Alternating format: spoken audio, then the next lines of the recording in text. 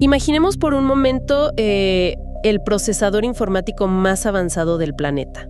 O sea, una auténtica obra maestra. Exacto, una maravilla de la ingeniería. Una máquina capaz de recibir, clasificar y procesar millones de bytes de información de forma completamente simultánea. Y sin colapsar jamás, claro. Ajá, sin colapsar.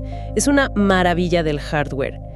Pero, pues aquí surge una inquietud bastante lógica, ¿no?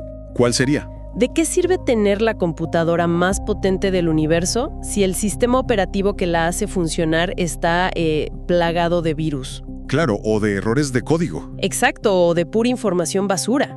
La máquina, por muy poderosa que sea en su estructura física, inevitablemente va a arrojar resultados defectuosos si el software está corrompido. Totalmente. Y esa capacidad de procesamiento que falla por culpa de malas instrucciones es, digamos, la metáfora perfecta para entender el cerebro humano.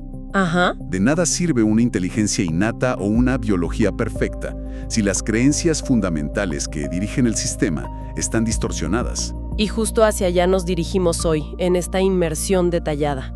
Vamos a desarmar la mecánica de cómo nuestros pensamientos internos moldean de manera literal y tangible la realidad externa. Desde la salud física hasta la cuenta bancaria, literalmente. Sí, todo. Para esto, nos vamos a sumergir en las ideas centrales de un material extenso que disecciona la mentalidad del rey Salomón. Que históricamente es considerado, pues, un arquetipo de sabiduría y riqueza incalculable. Exacto. Vamos a usar extractos del libro Piensa como el rey Salomón, de Alex Marvel. La misión hoy es destilar los principios de cómo operaba esa mente. Pero a ver, creo que hay que hacer un paréntesis rápido antes de arrancar. Sí, por favor. El material que estamos analizando hoy cruza de manera muy peculiar la filosofía, la psicología conductual y varias historias de carácter religioso o bíblico. Ajá, es importante mencionarlo. Sí, porque para quienes nos escuchan, el objetivo aquí no es debatir teología. Vamos a explorar estos relatos puramente como casos de estudio sobre el comportamiento humano. Exactamente. Mantenemos una postura completamente neutral. O sea, solo queremos extraer la ciencia y esas pepitas de sabiduría que realmente se pueden aplicar en la vida cotidiana. Con esa misión súper clara, metámonos de lleno. Porque antes de intentar instalar un nuevo software mental, pues es indispensable saber quién está sentado frente al teclado ingresando los comandos, ¿verdad? Absolutamente. Y ahí entra una premisa central sobre la responsabilidad absoluta. Que a veces cuesta aceptar. Cuesta mucho. La idea es que la mente opera como una fábrica textil que no descansa jamás, tejiendo continuamente las circunstancias que vivimos. Es la ley de la equivalencia mental. Todo lo invisible termina creando lo visible. Exacto. Y para ilustrar esa dinámica, el libro trae un relato clásico sobre Jesús y una higuera. Ah, sí, la higuera que no daba frutos. Esa misma. La historia cuenta que Jesús maldijo al árbol, y a simple vista en el exterior las hojas seguían verdes. O sea, nada pareció suceder en ese instante. Pero al día siguiente fue otra historia. Claro, a la mañana siguiente los discípulos vieron que la higuera estaba completamente muerta. Y el detalle crucial aquí es que se secó desde las raíces hacia arriba. ¡Wow! Lo que estaba bajo tierra, la estructura invisible, fue lo que determinó el destino de la corteza visible. Si los resultados que una persona obtiene no son los esperados, intentar cambiar las circunstancias externas es como pintar las hojas secas de verde. O sea, un esfuerzo inútil. Totalmente. Hay que descender a la raíz invisible del pensamiento. A ver, espera, quiero frenar un poco aquí y jugar a la abogada del diablo. Adelante, dime. Si alguien entre quienes nos escuchan acaba de perder su empleo por una crisis económica mundial, o no sé, está atravesando una tragedia familiar repentina. Ajá. Decirle que las raíces de su mente provocaron eso, suena casi cruel. Suena a culpar a la víctima por cosas que claramente escapan a su control. ¿No resulta instintivamente rechazable esta idea? Es una reacción completamente natural. O sea, yo también lo pensaría. Pero requiere hacer una distinción clínica entre dos conceptos que solemos confundir todo el tiempo. ¿Cuáles? La culpa moral y la responsabilidad funcional. Ok, explícame eso. La culpa siempre mira hacia el pasado, ¿no? Busca un villano para castigar. La responsabilidad, en cambio, mira hacia el futuro. Es literalmente la habilidad de responder ante lo que sucede. Ah, claro, la habilidad de responder. Exacto. Si uno no admite su grado de responsabilidad en, digamos, cómo reacciona a una crisis económica, va a diagnosticar mal el problema. Y un diagnóstico erróneo garantiza que la medicina jamás funcione. Y buscar el diagnóstico en las acciones de los demás es lo que nos lleva a esa fantástica analogía de la billetera perdida que menciona el autor. Esa analogía es buenísima. Es que es muy gráfica. Buscar las soluciones a las tragedias personales intentando cambiar a la gente de nuestro entorno. Es como darse cuenta de que uno perdió la billetera dentro del auto oscuro. Pero decides ir a buscarla adentro de la casa. Exacto. Ir a buscarla exhaustivamente a la sala de la casa simplemente porque ahí hay mejor luz. La billetera nunca va a aparecer ahí por muy bien que busques. Buscar culpables afuera es, buscar en el lugar equivocado con muchísima eficiencia. Qué buena frase. Y es que asumir una responsabilidad total parece una carga pesada al principio, pero la verdad es que es una noticia profundamente liberadora. ¿Liberadora por qué? Porque si el problema reside siempre en los caprichos del mundo externo, eres un rehén impotente hasta que el universo decida cambiar. Pero si el problema está en las propias raíces, la solución está en tus manos. Recuperas el control del teclado. O sea, ya no eres víctima. Exacto. Pero a ver, aquí hay una trampa. Digamos que acepto que soy la única responsable de mis reacciones. Me siento frente al teclado de esa supercomputadora y me paralizo. Te quedas en blanco. Sí, ¿qué botones se supone que debo presionar? O sea, ¿cómo se calibra esa mente en la práctica para que arroje mejores resultados? Bueno, la calibración se hace a través de las expectativas. Y hay un experimento clásico de Harvard que lo demuestra perfecto. Ah, el del Dr. Robert Rosenthal, ¿no? Ese mismo. Demuestra la mecánica casi mágica de lo que esperamos que suceda. A un grupo de profesores se les entregó una clase llena de estudiantes que en realidad tenían habilidades promedio. O sea, niños normales. Niños completamente promedio. Pero los profesores se les mintió deliberadamente. Se les dijo que una prueba había identificado a un pequeño grupo de alumnos como genios en potencia. ¡Wow! ¡Qué experimento tan atrevido! Sí, y les dijeron que el resto de la clase eran simplemente alumnos limitados. Y al finalizar el año, los resultados académicos se alinearon milimétricamente con esa mentira. Así es. Los supuestos genios mejoraron sus calificaciones de manera estratosférica y los limitados tuvieron un desempeño mediocre. La expectativa irreal del profesor alteró la realidad tangible del alumno. Pero lo fascinante es el cómo sucedió esto, o sea, los profesores no les dieron las respuestas de los exámenes a los genios. Claro, no hicieron trampa. Para nada. Simplemente, al creer que eran brillantes, les daban más tiempo para responder en clase, les sonreían más, su lenguaje corporal era de validación constante. Y eso lo absorben los niños. Totalmente. Esa expectativa externa reprogramó la expectativa interna de los niños. Y empezaron a esforzarse más porque sentían que podían lograrlo. Y si llevamos eso al plano personal, pues las expectativas que tenemos sobre nosotros mismos dictan nuestro techo, como Clement Stone. Ah, el multimillonario. Sí, un tipo muy excéntrico del siglo pasado. Él definió esto con un término que me parece brillante: ser un paranoico invertido. Es un gran concepto. En lugar de vivir con la paranoia tradicional de que el mundo conspira para destruirnos, él caminaba por la calle asumiendo que todo el universo conspiraba en secreto para ayudarlo a triunfar. ¡Qué locura!, ¿no? Sí, cada obstáculo era, en su mente, un favor encubierto. Y vivir bajo esa premisa configura lo que el libro llama el termostato financiero o termostato del éxito. A ver, explícanos cómo funciona ese termostato. Pues un termostato no es un simple termómetro que te dice qué temperatura hace. Su trabajo es regular la realidad. Ajá. Si lo programas a 20 grados y alguien abre la ventana dejando entrar aire helado, el sistema inmediatamente enciende la calefacción hasta restaurar los 20 grados. Claro, lucha por mantener esa temperatura. Imaginemos que es como conducir con el freno de mano puesto. Exacto.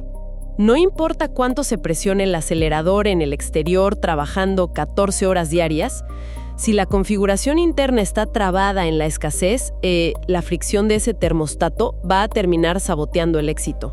Y el ejemplo clásico aquí es Donald Trump, en el ámbito de los negocios.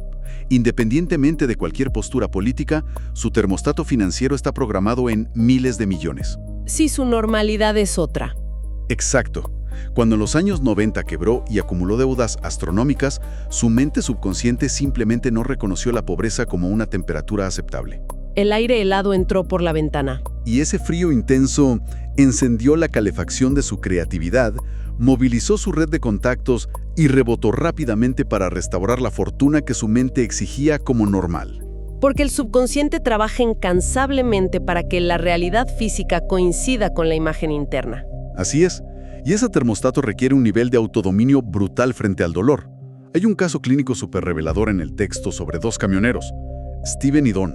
Ah, me acuerdo de ese caso. Físicamente, ambos padecían exactamente el mismo cuadro médico.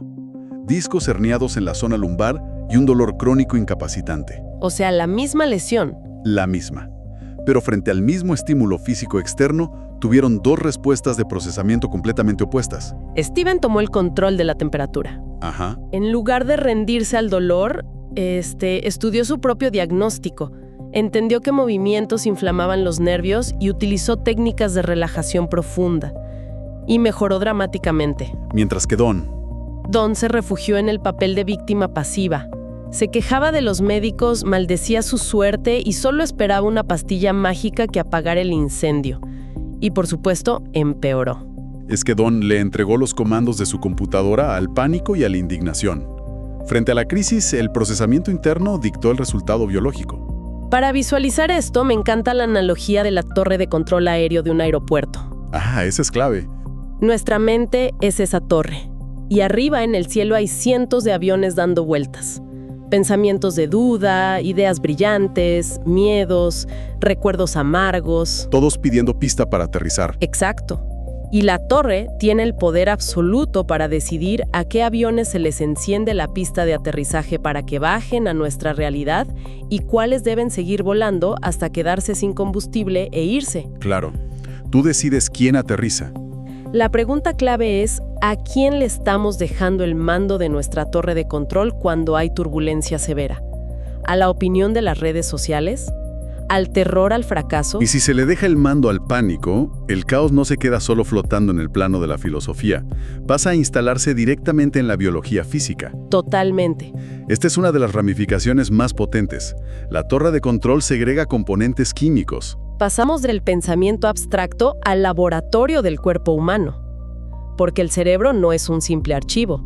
Funciona como una glándula hiperactiva. Trabaja 24 horas al día. Es que las células de nuestro sistema inmunológico poseen en sus membranas exteriores receptores diseñados para acoplarse a estos neuropéptidos. O sea que nos están escuchando. Literalmente. El sistema inmunológico está escuchando escondidas nuestro monólogo interior todo el tiempo. ¡Wow! Cuando la torre de control emite señales de desesperanza, el cerebro inunda el torrente sanguíneo con una química que paraliza los glóbulos blancos, deprime la respuesta de defensa. ¡Qué peligroso! Pero por el contrario, un estado de conexión o afecto libera sustancias que multiplican la eficacia del sistema inmune. O sea, el temor funciona como una toxina autogenerada. Y el amor o la gratitud actúan como el nutriente terapéutico más efectivo. Así es. Esto me resuena muchísimo con la historia bíblica de Job, que menciona el autor. Era un hombre súper próspero, pero que vivía en un estado de pánico secreto, aterrado de perder a sus hijos y su riqueza. Sí, vivía con miedo crónico. Y cuando finalmente pierde todo, su declaración es reveladora. Él dice: «El temor que me espantaba me ha venido». Esa anticipación del desastre fabricó biológicamente las condiciones para el colapso. Exactamente. Pero luego, el libro menciona casos médicos extremos que empujan esta teoría al límite, como el del cirujano Ángel Escudero. Ah, la noisiterapia. Sí. La terapia del no a la enfermedad. Escudero demostró la psicoanalgesia volitiva, básicamente la capacidad del cerebro humano de anestesiar el cuerpo mediante la pura voluntad enfocada. A ver. Entiendo la teoría, pero pasar de trata de ser agradecido para no agarrar un resfriado a oye, vamos a abrirte la pierna con un bisturí para operarte unas varices sin anestesia química. Suena a ciencia ficción. Suena extremo. O sea, solo usando pensamiento positivo es un salto gigantesco. Para las personas comunes que lidian con el tráfico, deudas y estrés crónico, ¿cómo aterrizamos esto sin sonar a que rechazamos la medicina moderna? Es un gran punto, y ese esclarecimiento es vital. El punto aquí no es salir corriendo a operarse sin anestesia mañana. Claro, no lo intenten en casa. Por favor, ¿no? El objetivo de observar extremos como el de Escudero es comprender la increíble elasticidad del cuerpo humano. Ajá. Si una mente altamente entrenada puede bloquear químicamente el dolor de un bisturí, la pregunta es, ¿qué nivel de daño invisible, lento y silencioso le estamos haciendo a nuestros órganos cuando vivimos sometidos al estrés crónico? Uf. La medicina psicosomática confirma que la gastritis, migrañas o afecciones cardíacas a menudo son somatizaciones de estados prolongados de ansiedad. Es como estar envenenándose lentamente a uno mismo con la química del enojo. Exactamente. Bombardear el organismo a diario con neuropéptidos asociados al miedo agota los recursos de los lóbulos prefrontales, que es la zona que nos permite pensar con claridad. Nos quedamos sin recursos. Y un cerebro agotado deja al sistema inmunológico ciego y vulnerable frente a cualquier infección. El mensaje práctico es, dejar de fabricar nuestra propia enfermedad en la torre de control. Pero si estar tranquilos es biológica y financieramente tan ventajoso, ¿por qué es tan malditamente difícil lograrlo? Porque hay errores en el código. Exacto. La investigación muestra que el teclado de nuestra mente está bajo asalto constante de trampas cognitivas. Trampas que actúan en piloto automático. El psicólogo Walter Rizzo describe esto muy bien con las profecías autorrealizadas. ¿Cómo funcionan exactamente? Es un patrón insidioso. Alguien anticipa con terror un fracaso. Ese miedo lo lleva a actuar de manera torpe e inconsciente para asegurar que el escenario temido suceda. Y cuando ocurre el desastre, la persona dice, yo sabía que esto iba a pasar. Es el triunfo absoluto del autoengaño. Sí. Imaginemos a un estudiante que, en lo profundo de su termostato mental, se siente inferior. Su mecanismo de defensa no es estudiar más, es postularse a las carreras más competitivas del país y, convenientemente, olvidarse de estudiar para el examen. Se sabotea solo. Claro, cuando reprueba miserablemente, su cerebro descansa al confirmar que, oye, no sirvo para el estudio. O el caso del hipocondríaco. Uf, sí. Tan aterrorizado de encontrar un bulto cancerígeno que palpa sus tejidos con tanta fuerza todos los días que termina creando una inflamación real. Y usa ese dolor físico para comprobar que su miedo estaba justificado. Además de las profecías, la torre de control se nubla con distorsiones cognitivas diarias, como el pensamiento polarizado. ¿Blanco o negro? Exacto. Si un proyecto no es un triunfo rotundo, entonces es un fracaso imperdonable. O la sobregeneralización, tomar un evento aislado y convertirlo en ley universal. Para dar un ejemplo súper cotidiano de esto, pensemos en alguien que envía un mensaje de texto con una noticia importante a un amigo o pareja, y pasan 3 horas sin respuesta. Típico. La mente cae en la trampa, y esa voz interna dicta sentencias. Nadie me valora, siempre me ignoran, y de repente el sistema inmunológico ya está reaccionando a un rechazo social masivo que solo existe en su cabeza. Cuando en realidad la otra persona estaba manejando o sin batería. Exacto. Esa reacción es producto de otra trampa monumental, la tiranía de los debería. Vivimos imponiendo manuales de conducta inflexibles sobre cómo debería comportarse el resto del mundo. Y vivimos indignados porque nadie lee nuestro manual. Tal cual. Lo que nos conecta con mi distorsión favorita de todo este análisis, la falacia de justicia. Esa es durísima. Es esa tendencia de nuestro cerebro a intentar aplicar normas de tribunales legales a las emociones humanas. Caer en la falacia de justicia es como entrar a una cancha de fútbol en medio de la final de un mundial, pero intentar jugar una partida de ajedrez en el círculo central. No tiene sentido. 0 sentido. Las reglas del ajedrez son perfectas, son justas, pero en el césped del fútbol simplemente no aplican.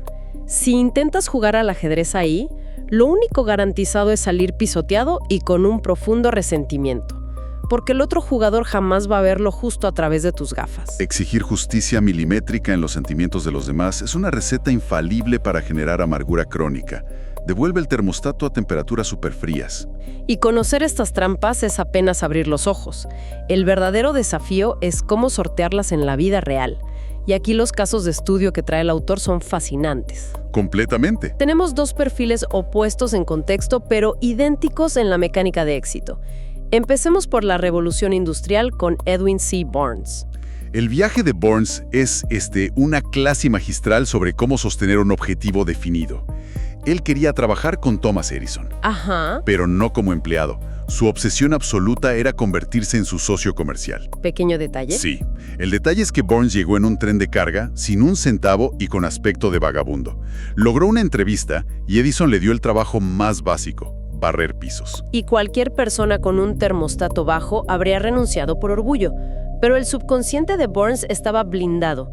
Él aceptó la escoba simplemente para estar dentro del edificio. Y el quiebre ocurre cuando Edison inventa el Edifone, una máquina dictadora que los vendedores estrella de la compañía despreciaron por completo. Dijeron que era invendible. Donde todos vieron fracaso, la mente de Burns vio la puerta abierta. Se ofreció a venderla, diseñó una estrategia implacable y tuvo tanto éxito que terminó siendo socio de Edison por más de 30 años. ¡Wow! Burns no permitió que la falta de dinero inicial dictara sus expectativas. Y en el extremo opuesto tenemos una historia contemporánea, muy cruda, la de Pamela López. Una historia fuertísima. Creció en extrema pobreza y violencia. Esa realidad la empujó a una adicción severa a la cocaína, a intentar quitarse la vida y a sobrevivir a asaltos con armas de fuego por una simple chaqueta. Su vida parecía una profecía de fatalidad ineludible. Hasta que un evento minúsculo reescribió su código. Un día escuchó en la televisión un mensaje de profunda esperanza. Y ese mensaje interrumpió el patrón químico del miedo. Exacto, sacó a su cerebro del estado de huir o pelear. Al dejar de segregar pánico, sus lóbulos prefrontales se encendieron. Cambió su input de información, dejó las drogas en seco y hoy lidera equipos y capacita ejecutivos en bancos. Increíble. Materializó la promesa que se hacía de niña cuando cocinaba sobre cajas de madera. El hilo conductor entre el vagabundo Burns y Pamela es, digamos, la obediencia ciega del subconsciente. O sea, no juzga. La mente profunda no juzga la calidad de la semilla, no distingue entre un pensamiento realista y uno fabricado, ni entre el terror y la fe. Simplemente toma lo que se le entrega con emoción y lo hace germinar. O sea, se negaron a aceptar un no por respuesta. Reprogramaron su termostato. Y esa negativa rotunda a procesar el fracaso me recuerda a una de mis anécdotas militares favoritas. A ver, cuéntamela. Se dice que el ejército de Alejandro Magno fue emboscado en un valle. Las tropas estaban siendo masacradas. Alejandro se giró hacia su joven trompetista y le gritó: «Toca la melodía de retirada». Ajá. Pero el muchacho se quedó petrificado. Alejandro le gritó otra vez y el joven temblando respondió: «Señor, nosotros nunca hemos perdido una batalla. Nadie me enseñó cómo se toca la melodía de retirada». ¡Wow! Esa ignorancia fue su salvación. Exacto.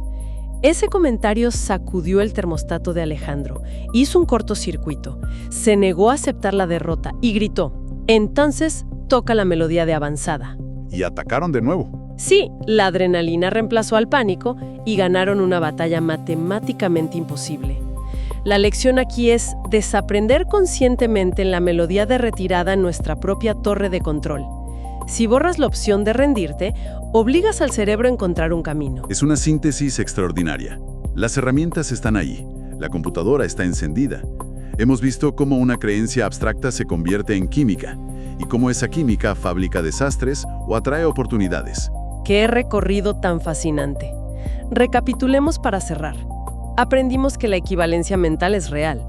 Las raíces invisibles crean los frutos visibles. Y que asumir 100% de responsabilidad no es buscar culpa, sino recuperar las contraseñas de nuestra torre de control. Comprendimos que nuestro cuerpo es un laboratorio. Los pensamientos liberan sustancias que pueden sanar o deprimir nuestras defensas. Y sobre todo, vimos cómo esquivar las trampas del sistema que nos obligan a mantener el freno de mano puesto. Para despedir esta inmersión detallada, quiero que quienes nos escuchan se lleven una idea punzante. Sabemos que el cerebro procesa millones de datos por segundo. Ajá. Pero también establecimos que nuestro subconsciente bloquea ese ruido para dejar pasar únicamente la información que coincide con nuestras creencias limitantes. El filtro de seguridad. Así que la pregunta provocadora es esta: ¿qué oportunidad gigantesca, qué socio potencial como el de Burns, o qué idea capaz de cambiar una vida está literalmente frente a nuestros ojos en este preciso instante, pero somos físicamente ciegos a ella porque nuestro software interno aún no ha sido actualizado para verla? La computadora está lista, el teclado es suyo. Hasta la próxima inmersión profunda.